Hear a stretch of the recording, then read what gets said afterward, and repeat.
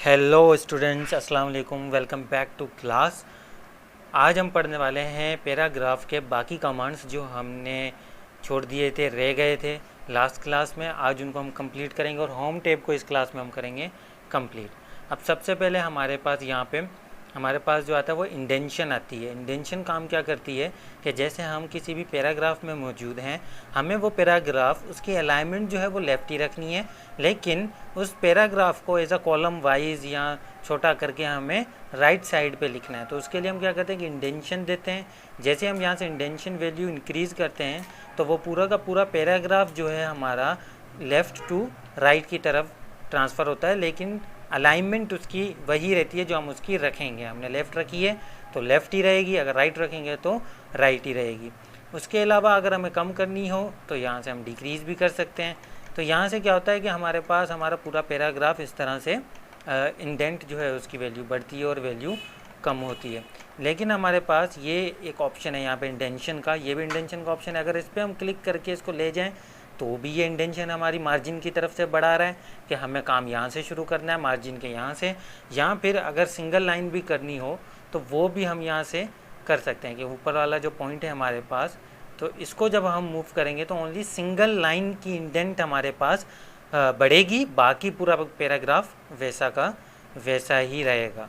तो ये थी हमारे पास इंडेंशन। उसके बाद हमारे पास यहाँ पे आता है पैराग्राफ स्पेसिंग। पैराग्राफ स्पेसिंग में हमारे पास क्या होता है कि यहाँ पे पैराग्राफ एंड लाइन स्पेसिंग, यहाँ पे स्पेशली है लाइन स्पेसिंग कि हम कुछ भी टेक्स्ट को सिलेक्ट कर रहे हैं और उन लाइंस के बीच में हर लाइन के बाद मुझे कुछ स्पेस चाहिए, जगह छोड़नी है, तो हम यहाँ पे आएंगे, यहाँ पे लाइन स्पेसिंग में, और यहाँ से हम वैल्यू देते हुए आएंगे तो उस वैल्यू के मुताबिक स्पेस हमारे पास बढ़ती रहेगी। यहाँ पे ज़्यादा से ज़्यादा हमें दी गई है 3.0, लेकिन अगर हमें 3.0 से भी ज़्यादा की लाइन स्पेसिंग देनी हो तो लाइन स्पेसिंग ऑप्शंस में आएंगे और बिल्कुल यहाँ पे स्पेसिंग वाले एरिया में लाइन स्पेसिंग मल्टीप्लाई रखेंगे।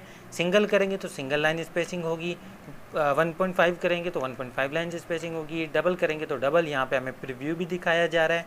तो जैसे ही अगर हम यहाँ पे मल्टीपल करते हैं तो मल्टीपल मीन्स कि हमारे पास हम ज़्यादा से ज़्यादा वैल्यू जो देना चाहें दे सकते हैं, और यहाँ से हमारे पास वो प्रीव्यू करवा रहा है। सेट एज डिफ़ॉल्ट करेंगे तो ये हमारी डिफ़ॉल्ट लाइन स्पेसिंग पे सेट हो जाएगी, लेकिन हमें लाइन स्पेसिंग डिफ़ॉल्ट सेट नहीं करनी है, तो हम इसको सिर्फ उस काम के लिए अप्लाई करेंगे जितना हमने सिलेक्ट की है।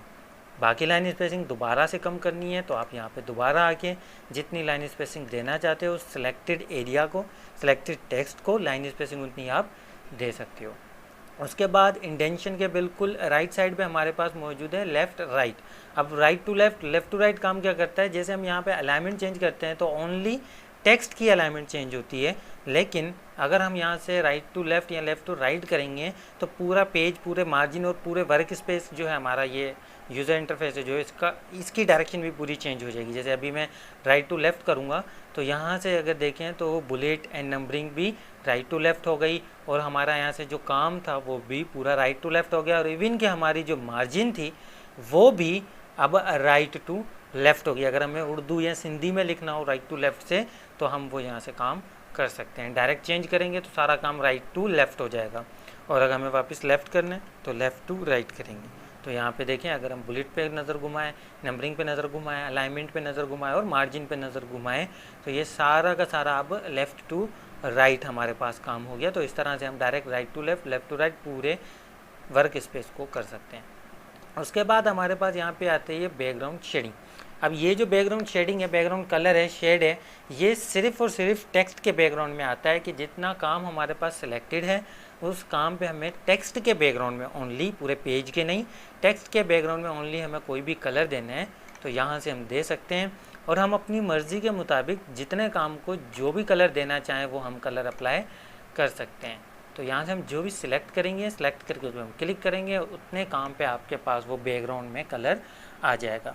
अब आपने अगर यहाँ पे कुछ टेक्स्ट नहीं भी लिखा है और आप उसको वहाँ पे भी जो है शेडिंग देना चाहते हो तो सिर्फ इंटर करना है। इंटर हमारी जो है लाइन ब्रेक करता है, यहाँ से इंटर करते ही पैराग्राफ ब्रेक और लाइन ब्रेक करता है, तो इंटर करते ही हम कोई भी कलर देंगे तो इवन के वहाँ पे लिखने से पहले भी हमारे पास वहाँ पे जो कलर है वो बैकग्राउंड में आ जाएगा। और उसके बाद अगर हम इंटर दें, न्यू लाइन अप्लाई करते जाएँ तो उन पर भी वो कलर आता जाएगा। अगर हमें ख़त्म करना है, जैसे मुझे इन दो लाइंस पे अब मुझे कलर नहीं चाहिए बैकग्राउंड कलर, तो मैं इन दो लाइंस को करूँगा सिलेक्ट, और सिलेक्ट करने के बाद शेडिंग में आऊँगा, और शेडिंग में आने के बाद नो कलर करूँगा, तो वहाँ से वो कलर हमारे ख़त्म हो जाएंगे। तो इस तरह से हमें आगे जितने भी शेडिंग के कलर्स ख़त्म करने, सेलेक्ट करेंगे, नो कलर करेंगे, वहाँ से हमारे पास जो है वो कलर ख़त्म हो जाएगा। उसके बाद हमारे पास यहाँ पे नीचे आता है ए टू जेड जो है वो असेंडिंग एंड डिसेंडिंग ऑर्डर्स हैं। असेंडिंग एंड डिसेंडिंग ऑर्डर क्या करते हैं कि जैसे हमारे पास अल्फ़ाबेटिकल वे में हमने नेम्स लिखे हैं या अल्फ़ाबेट्स लिखे हैं, तो ए टू जेड एक अल्फ़ाबेटिकल ऑर्डर है। अगर हमने बीच बीच में से लिखे हैं, जैसे अभी मैंने लिखा पहला नाम बिस्मिल्लाह, दूसरा नाम मैंने लिखा जाहिद, तीसरा नाम मैंने लिखा अली, और चौथा नाम मैंने लिखा दानियाल, उसके बाद मैंने लिखा यासीन, और एक और बार मैंने बी अल्फ़ाबेट से नाम लिखा बिलाल, फिर मैंने लिख दिया अनवर। तो अब क्या होगा कि ये अल्फ़ाबेटिकल ऑर्डर में नहीं है, ये जस्ट मैंने नाम लिख दिए। अगर मुझे इनको अल्फ़ाबेटिकल ऑर्डर में लाना होगा कि सबसे पहले ए आए, ए वाले सारे नाम आए, फिर बी वाले सारे नाम आए, तो उस तरह से तो हम यहाँ पे आएंगे ए टू जेड में। ए टू जेड में सॉर्टिंग में यहाँ पे हमें क्लिक करना है।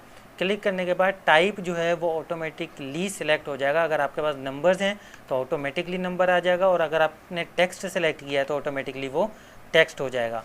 और यहाँ पे असेंडिंग का काम क्या है कि हमारे पास जितना भी वो काम सिलेक्टेड है उस काम को ये अल्फ़ाबेटिकल ऑर्डर में कन्वर्ट कर देगा। मीन्स सबसे पहले ए वाले, फिर बी वाले, सी वाले, सी नहीं है तो फिर डी वाले, इस तरह से। और डिसेंडिंग उसको बिल्कुल ही उल्टा कर देगा कि सबसे पहले जेड वाले, फिर जो है वाई वाले, फिर एक्स वाले, इस तरह से। तो हम असेंडिंग करके ओके करेंगे, वो हमारे पास बिल्कुल करेक्ट अल्फ़ाबेटिकल ऑर्डर में आ गया। और अगर हम इसको डिसेंडिंग करेंगे तो वो जेड से शुरू हो जाएगा, बिल्कुल ही उल्टा। तो इस तरह से हमारे पास ascending and descending order sorting work करता है, और सेम हमारे जो है नंबर्स के लिए भी ये अप्लाई होता है। उसके बाद हमारे पास यहाँ पे पैराग्राफ और स्पेस मार्क्स आते हैं। ये क्या करते हैं, ये सिर्फ़ और सिर्फ हमारे पास सॉफ्ट कॉपी में, यानी कि हमारे पास वर्ड में शो होंगे, प्रिंट के टाइम पे, प्रिंट के बाद हमें वो प्रिंटेड हार्ड कॉपी पे हमें शो नहीं होंगे। तो यहाँ पे ये क्या बताते हैं कि कहाँ कहाँ पे हमने इंटर यूज़ किया है, कहाँ पे हमने स्पेस इस्तेमाल किया है, और कहाँ पे हमने टेब स्पेस इस्तेमाल किया है। अब ये जो सिंबल है हमारे पास, ये वाली सिंबल ये शो करवाती है कि कितने इंटर्स हमने इस्तेमाल किए हैं, और हर वर्ड के बाद जो एक डॉट हमें दिख रहा है वो शो करवाता है कि हमने कितने स्पेस इस्तेमाल किए हैं। और अगर हमने टेब स्पेस इस्तेमाल किए हो तो इस तरह के एरोज़ हमें शो करवाता है कि आपने ये इतनी बार आपने जो है टेब स्पेस इस्तेमाल किया है। लेकिन ये हमारे पास हार्ड कॉपी में प्रिंट नहीं होगा, सिर्फ़ और सिर्फ सॉफ्ट कॉपी में शो करवा रहा है कि यहाँ पे आपने या तो न्यू लाइन ऑपरेटर इस्तेमाल किया है, या फिर आपने स्पेस इस्तेमाल किया है, या फिर आपने टेब स्पेस इस्तेमाल किया है। तो वो सारा काम हमारा होता है यहाँ पे।